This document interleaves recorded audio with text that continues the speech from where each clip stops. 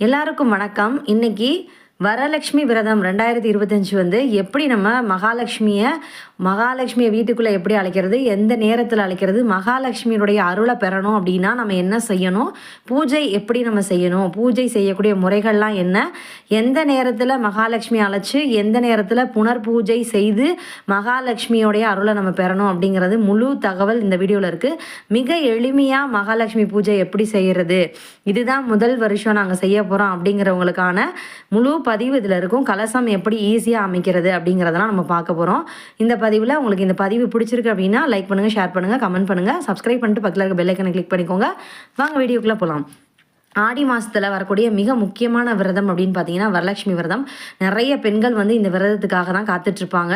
திருமணமான சுமங்கலி பெண்கள் அனைவருமே வந்து தங்கள் கணவரும் குடும்பத்தில் இருக்கவங்களும் நலமாக இருக்கணும் அப்படின்றதுக்காகவும், திருமணம் ஆகாத பெண்கள் அப்படிங்கிறவங்க நல்ல கணவர் அமைய வேண்டும், மகிழ்ச்சியான திருமண வாழ்க்கை அமைய வேண்டும் அப்படின்றதுக்காக வரலட்சுமி நோம்பு இருந்து வழிபடுறது அப்படிங்கிறது ஒரு வழக்கம்.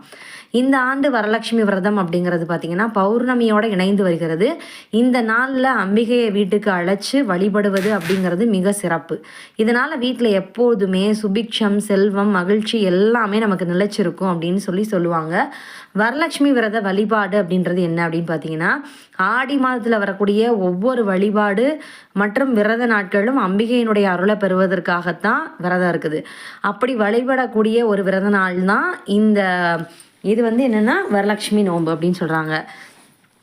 இந்த நாளில் விரதம் இருந்து வழிபட்டால் என்னுடைய அருளை முழுமையாக பெற முடியும் அப்படின்னு சொல்லி சாருமதி அப்படிங்கிற ஒரு பெண்ணுக்கு மகாலட்சுமியை குறித்து கொடுத்த நாள் அப்படிங்கிறது தான் இந்த ஆடி மாதத்தில் வரக்கூடிய வரலட்சுமி விரதம் அப்படின்னு சொல்லுவாங்க. அதனால தான் மற்ற நாட்களை விட இந்த நாள் மிகவும் சிறப்புக்குரியதாக கருதப்படுகிறது. அம்பிகையே வந்து ஒரு விரதத்தை வந்து சொல்லியிருக்காங்க அப்படிங்கிறதுனால வரலட்சுமி விரதத்தை யார் வேணாலும் கடைபிடிக்கலாம், மகாலட்சுமியை வழிபடலாம். திருமணமான பெண்கள், திருமணம் ஆகாதவங்க, கணவர் இல்லாத பெண்கள், ஆண்கள் என யார் வேண்டுமானாலும் இந்த விரதத்தை கடைபிடிக்கலாம். மகாலட்சுமியை வீட்டுக்குள்ள அழைச்சு பூஜை செஞ்சு வழிபட்டு பலவிதமான வரங்களை பெறுவதற்குரிய நாள் அப்படிங்கிறதான் வரலட்சுமி விரதம் அப்படின்னு சொல்லுவாங்க. வரலட்சுமி விரதம் அப்படிங்கிறது எந்த தேதியில் வருது அப்படின்னு பார்த்தீங்கன்னா ஆகஸ்ட் 8ஆம் தேதி ஆடி மாதத்தினுடைய 4வது வெள்ளிக்கிழமையில் வருது.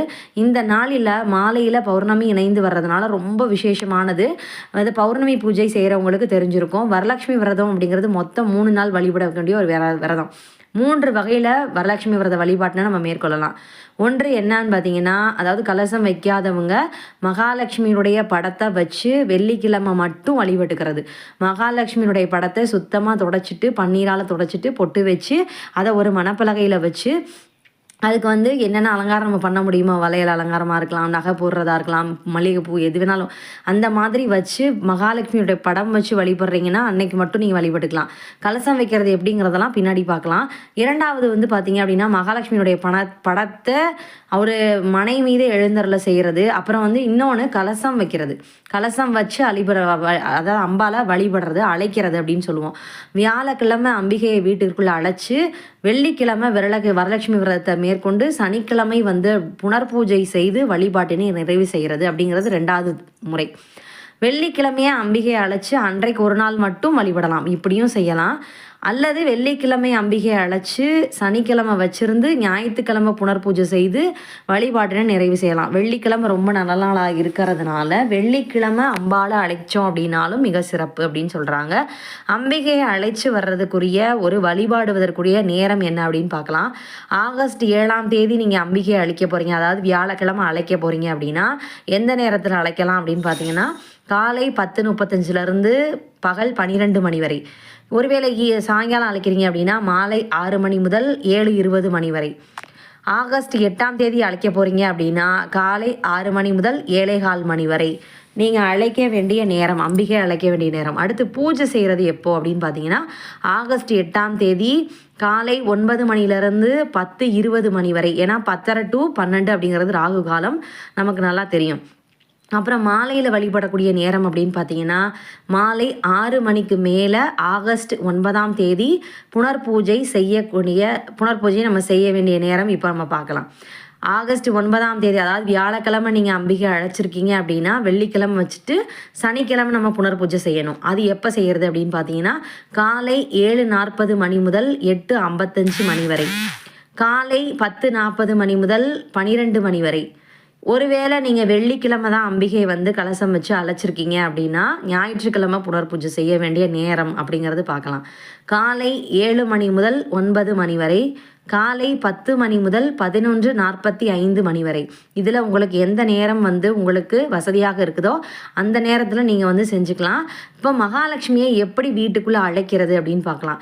மகாலட்சுமியுடைய படத்தை வச்சு எளிமையாக முதல் வருஷம் நாங்கள் வந்து எளிமையாகவே செஞ்சுக்கிறோம் அப்படின்னு நினைக்கிறவங்க மகாலட்சுமியுடைய படத்தை வச்சுக்கலாம். ஆகஸ்ட் 8ஆம் தேதி அன்று காலையில் வழிபாட்டிற்காக சொல்லப்பட்ட நேரத்தில் மகாலட்சுமி மடத்திற்கு பூக்கள், தீப ஆராதனையெல்லாம் காட்டி தெரிந்த ஸ்லோகம் சொல்லி நைவேத்தியம் படைச்சு வழிபடணும். மனையில் படம் வைத்து கலசம் அமைத்து வழிபடுவர்கள் அப்படின்றவங்க அம்பிகையை வீட்டிற்கு அழைக்கும் நேரத்தில் வீட்டு வாசலில் அம்பிகையினுடைய படம் மற்றும் கலசத்தை வைத்து, தாயே மகாலட்சுமி, எங்களினுடைய வீட்டிற்கு வர மகாலட்சுமியாக எழுந்தருளி எங்களின் பூஜைகளை ஏற்றுக்கொண்டு எப்போதும் எங்களின் வீட்டில் அனைத்து வளங்களும் மகிழ்ச்சியும் நிம்மதியும் நிலைத்திருக்க அருள் செய்ய வேண்டும் அப்படின்னு சொல்லி மனசில் நம்ம வேண்டிக்கிட்டு உள்ளே எடுத்துகிட்டு வரணும். சரியா? தீபாராதனை காட்டணும் வெளியிலேருந்து. இப்போ நம்ம வெளியில் வந்து கையில் வச்சுருக்கோம் அப்படின்னா வீட்டுக்குள்ளேருந்து யாராவது காட்டி அம்பால கொண்டு போய் அந்த மனையில் வைக்கணும் அப்படின்னு சொல்கிறாங்க. பூஜைக்கு தயார் செஞ்சு வச்சுருப்போம் இல்லையா, அந்த மனையில் எழுந்தருளை செய்யணும். கலசம் அமைக்கக்கூடிய முறையில் 2 விதமான முறை இருக்குது. அந்த 2மே நம்ம சொல்கிறேன். இது உங்களுக்கு ரொம்ப எளிமையாக இருக்கும், அதை வந்து ஃபாலோ பண்ணிக்கலாம். கலசம் தயாரிக்கிறதுக்கு எவர் சில்வர் தவிர்த்து மற்ற உலோகங்களால் ஆன செம்பினை பயன்படுத்தணும். கலசத்தில் தண்ணீர் நிரப்பி வழிபடுபவர்கள் அதற்குள்ள எலுமிச்சம்பழம், மஞ்சள் தூள், ஏலக்காய், வாசனை திரவிய பொடி, சில நாணயங்கள் ஆகியவற்றை சேர்த்து கலசம் அமைக்கணும். ஒரு மணப்பலகையில் கோலமிட்டு அதன் மீது வாழை இலை அல்லது தாம்பாலம் வைத்து அதன் மீது பச்சரிசி அல்லது நெல் பரப்பி அதற்கு மேலே கலசத்தை வைக்க வேண்டும். கலசத்திற்குள் இது வந்து ஒரு முறை. கலசத்திற்குள் அரிசி போடுவதாக இருக்கீங்க அப்படின்னா 3/4 பாகம் அளவிற்கு பச்சரிசி நிரப்பிக்கிட்டு அதில் ஒரு எலுமிச்சம்பழம், விரலி மஞ்சள், 9 அல்லது 11 நாணயங்கள், நீங்கள் வந்து தங்க காசு வெள்ளி காசு வச்சுருந்தாலும் போடலாம், இல்லை தங்க மோதிரம் அந்த மாதிரியும் போடலாம். ஜாதிக்காய், மாசிக்காய், ஏலக்காய், கிராம்பு, காதோல கருகுமணி, இது எல்லாத்தையுமே சேர்த்து கலசத்திற்கு மேலே மாவிலை வைத்து மஞ்சள் தடவிய தேங்காய் வைத்து கொள்ள வேண்டும். அம்பாளினுடைய முகம் இருந்தால் அதை வைத்து அலங்காரம் செய்து கொள்ளலாம்.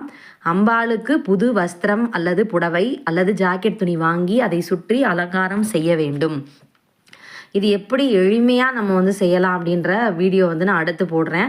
எப்படி நான் வந்து கலசம் வந்து வைக்க போகிறேன் எளிமையாக அப்படிங்கிறத நான் உங்களுக்கு போடுறேன். இன்றைக்கி எடுத்து நான் நாளைக்கு போடுறேன். வரலட்சுமி விரதம் வழிபாட்டு முறை அப்படிங்கிறது பார்த்திங்கன்னா, முதல்ல குலதெய்வத்தோட அருள் நமக்கு எப்போவுமே இருக்கணும். எந்த தெய்வத்தை கும்பிட்றதா இருந்தாலும் குலதெய்வத்திற்கு காணிக்கை வைத்து குலதெய்வத்தை வழிபட்டாதான், குலதெய்வம் வழிவிட்டால் மட்டும்தான் நம்ம எல்லாத்தையுமே செய்ய முடியும். முதல்ல குலதெய்வத்தையும் பிறகு இஷ்ட தெய்வத்தையும் அதன் பிறகு விநாயகரையும் வணங்கி விட்டு வரலட்சுமி விரத வழிபாட்டினை துவங்க வேண்டும். வியாழக்கிழமை அம்பிகையை வீட்டிற்கு அழைத்தால் அன்றைய தினம் வெண்பொங்கல், சுண்டல், ஏதாவது ஒன்று நமக்கு எது சௌகரியமாக இருக்குதோ அந்த நைவேத்தியம் நம்ம வச்சு வழிபடணும். மறுநாள் வெள்ளிக்கிழமை பார்த்திங்கன்னா ஆடி தபசு அப்படிங்கிற நாளும் வரனால அன்றைய தினம் அம்பிகையை வீட்டிற்கு அழைப்பது மிகவும் சிறப்பானது. குறிப்பிட்ட நேரத்தில் அம்பிகையை வீட்டிற்கு அழைக்க வேண்டும். தாமரைப்பூ, அரளிப்பூ, எந்த பூனாலும் சரி, முல்லை, மல்லி எது கிடைக்குதோ அதை வாங்கி கொண்டு வந்து வச்சு மலர்களால் அம்பிகைக்கு துதிகளை பாடி அர்ச்சனை செய்ய வேண்டும். கனகதாரா சோஸ்திரம், மகாலட்சுமி அஷ்டோத்திரம், லலிதா சகஸ்கரநாமம் என எது தெரியுதோ அது எல்லாத்தையும் சொல்லி வழிபடலாம். அம்பாளுக்கு நெய்வேத்தியமாக வெண்பொங்கல், சக்கரை பொங்கல், இட்லி, வடை, சுண்டல், புளியோதரை, எலுமிச்சம்பழ சாதம், இல்லை நான் தலிகையாக போடுறேன், அதாவது சோறு, சாம்பார், ரசம் இந்த மாதிரி போடுறேன்னா அது உங்களுடைய சௌரியம்தான். எத்தனை வகை வேண்டுமானாலும் செய்து வைத்து அம்பிகை வழிபடலாம். இதை தவிர பார்த்திங்கன்னா முறுக்கு, சுவியம், அப்பம், லட்டு, அதிரசம் என்னென்ன நம்மளால் செய்ய முடியுமோ செஞ்சு வைக்கலாம். இல்லை என்னால் எளிமையாக தான் செய்ய முடியும்னு நினைக்கிறவங்க சக்கரை பொங்கல் வச்சுருங்க. அதுதான் மிக சிறப்பான ஒரு படையலாக இருக்கும். எளிமையாக செய்கிறவங்க வெண்பொங்கல், சக்கரை பொங்கல், பருப்பு பாயசம் இந்த மாதிரி ஏதாவது வச்சுக்கலாம். இப்போ நோன்பு சரடு கட்டுறது எப்படி, நோன்பு சரடு கட்டக்கூடிய முறை என்னன்றதை பார்க்கலாம். இப்போது அம்பிகைக்கு பூஜை செய்து வழிபட்ட பிறகு பூஜையில் வைத்த நோன்பு கயிற்றை வீட்டில் உள்ள பெரியவர்களிடம் கொடுத்து கட்டிக்கொள்ளலாம் அல்லது கணவர் கையால் கொடுத்து கட்டிக்கொள்ளலாம். மகாலட்சுமி பூஜை செய்த பிறகு வீட்டில் உள்ள மூத்த சுமங்கலி பெண்களுடைய கால்களில் விழுந்து ஆசீர்வாதம் வாங்கி கொள்ள வேண்டும்.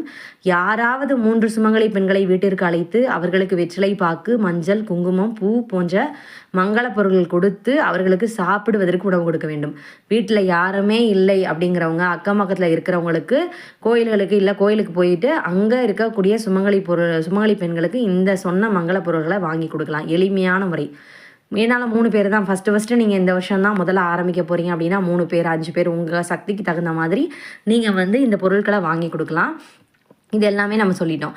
புனர் பூஜை செய்யக்கூடிய செய்யும் நேரம் சொல்லிட்டோம், முறை சொல்ல போகிறோம்.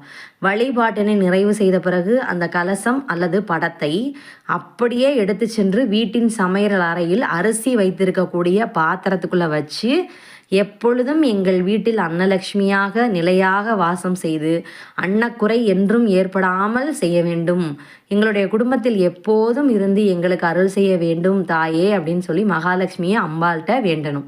பிறகு படத்தை பூஜை அறையில் வைத்துலாம். கலசத்தில் நீர் நிரப்பி வழிபட்டிருக்கீங்க அப்படின்னா கலசத்தில் நீங்கள் போட்டிருக்கீங்க இல்லையா காசு, அந்த நாணயங்கள் எல்லாத்தையும் மஞ்சள் துணியில் முடிஞ்சு உங்களுடைய கல்லாப்பெட்டி இல்லை பீரோல் பணப்பெட்டி இதில் வச்சுக்கலாம். கலசத்தில் நிரப்பிய நீரை வீடு முழுவதும் தெளித்துவிட்டு மீதமுள்ள தண்ணீரை கால்படாத இடத்தில் அல்லது துளசி செடி இந்த மாதிரி இதில் ஊற்றிக்கலாம். அரிசி வச்சுருக்கீங்க கலசத்தில் அப்படின்னா அந்த அரிசியை அம்மனுக்கு நெய்வேத்தியமாக செய்து படைத்து மற்றவர்களுக்கும் கொடுத்து நாமும் சாப்பிடலாம்.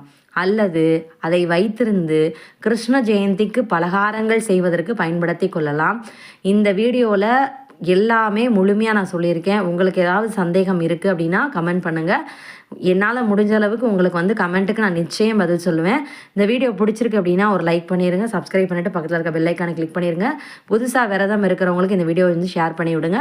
நன்றி, வணக்கம். ஏதாவது சந்தேகம் இருந்தால் கேளுங்க.